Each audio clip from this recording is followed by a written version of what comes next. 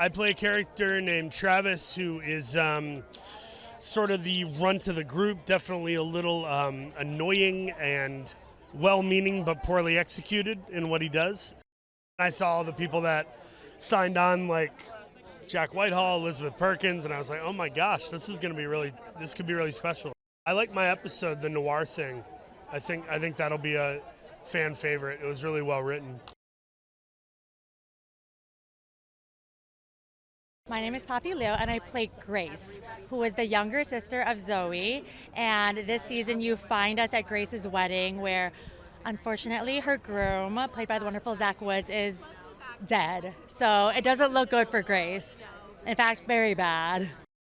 Maybe that Grace is too obvious. You will rule her out immediately, but then she actually, you know what I mean? So, like, I wouldn't rule anyone out. Everyone's incredibly sus.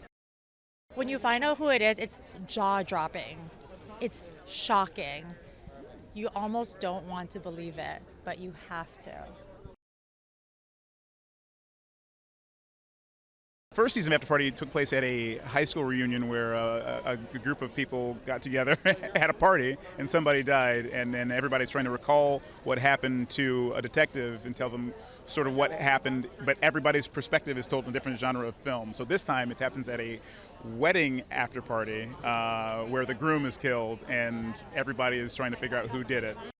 So great working with Tiffany again. You know, she's a titan of comedy and so effortlessly funny, but she puts in the effort too. So it's really tremendous. I love that Aniq is such a great reactionary character. So like everything he takes in, he kind of gets to be the eyes for the audience, you know. So his reactions are typically what most people would, how as watching the show you'd react. It's a little bit heightened. It's fun. It's really fun, and it's always like a good banter and back and forth. It's never a boring moment, and you can't even fall asleep during, in between takes because it's too much laughter and goodness going on. She's not restricted by the law. You know, when you're a detective, you're restricted by guidelines, and yeah, not restricted. You already know, girl.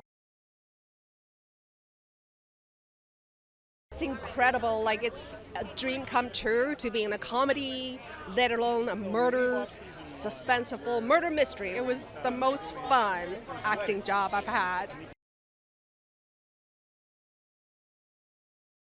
I am Edgar, who is this tech scion / heir to a family fortune, and like many of those people, he is a little socially awkward and eccentric, and he gets got, he gets killed.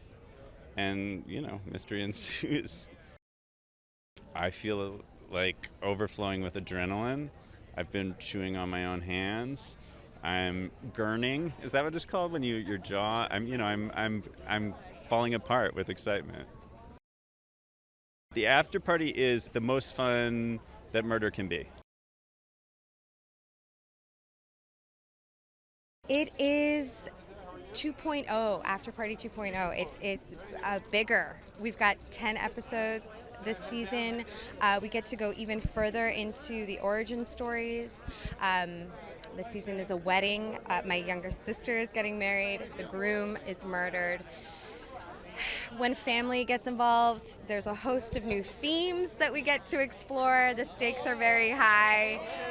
It's a lot of fun.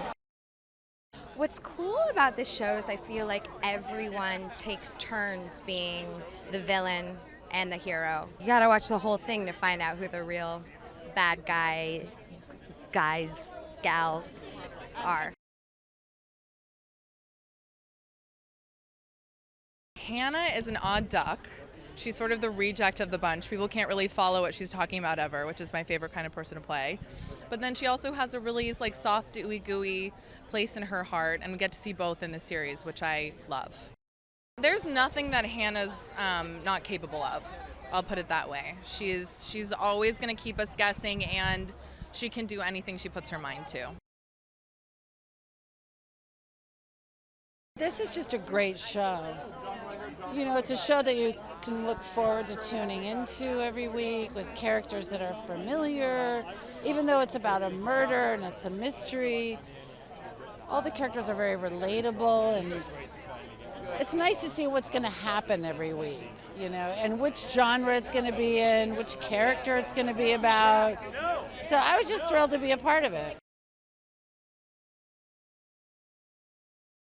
I play Sebastian, who's the sort of unscrupulous best man. He's a tech bro. He's really the kind of villain of the piece, a little bit of a kind of reprehensible scumbag. A really fun part to play, part of the sort of rich tapestry of British villains. It's quite suave and quite, sartorial elegant, but he's always looking down his nose at people and delivering lots of sort of withering one-liners. And yeah, it was a lot of fun to play. I play Ulysses. I'm the uncle, the fun uncle that comes to the wedding after a long absence from the family. He's a weirdo.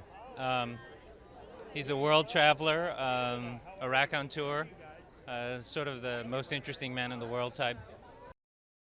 Season 1 was set at a high school reunion, and Season 2 is set at a wedding. So I think the stakes become even a little higher when you have two families merging.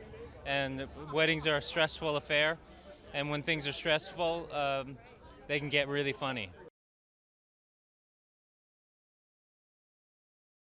I play Feng in Afterparty Season 2. I am the desperate father of the bride, and it was just a pure joy from beginning to end. All I have to say, watch everything about the Afterparty Season 2. Watch Afterparty Season 1 to really get a good flavor of just the imagination that Lord and Miller and Anthony King have just brought into all of us as a viewer and as a fan and as an actor. It was truly an honor.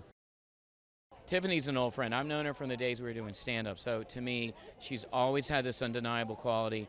She is a star. She has something that you cannot teach. It's just, she has a presence, she has charisma, and you actually believe, out of everybody in the cast, that she can find out who the murderer is.